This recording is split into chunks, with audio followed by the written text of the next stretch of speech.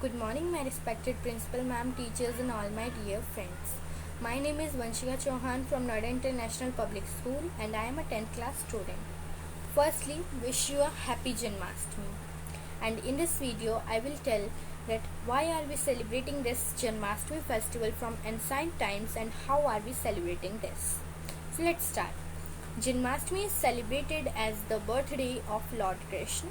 On this day, Lord Krishna was born. That's why we are celebrating this Janmashtami festival. And Janmashtami is celebrated all over the world with full energy and joy. And it is celebrated in various parts of India to mark the birth of Lord Krishna, and it is observed on the 8th day of Shravan month according to Hindu calendar.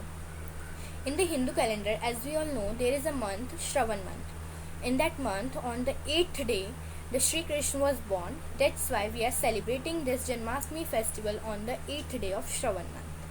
Now, to understand the story of Lord Krishna birth, we should know the story of Kans. In the Mathura, there was a king whose name was Ugrasen, and he has a son, name was Kans. But Kans, out of his ambition and upon the advice of his personal confidants Bansura and Nakarsura, Kans decided to overthrow his father and install himself as the king of Mathura. But after being the king of Mathura, the people of Mathura are extremely unhappy because he was a very angry king. Because if anyone can tell against him that he put him in his prison and punished them. And who put his father, King Ugrasen, in the prison and declared himself as the king of Mathura. Now, he has a sister whose name was Devki, and he has fixed his marriage with his friend Vasudev. And after the completion of the marriage of Devki and Vasudev, Kans went to drop them. And according to the Akashvani, when he is going to drop them, there is a Akashvani from the sky, and from the Akashvani he know that the 8th child of his sister will take birth to kill him. So when he got to know that the 8th child of his sister will take birth to kill him, so in turn to kill his sister, Kans gave the idea of killing after being assured by Vasudev that he will hand over his all children to him.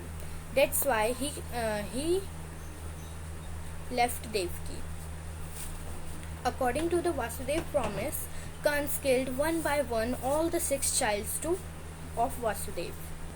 And to save the life of his 7th child, he gave his child. Who gave? Vasudev gave his 7th child to her first wife Rohini. Now the 8th child, that was when the child was born, there is a miracle happened. The doors of the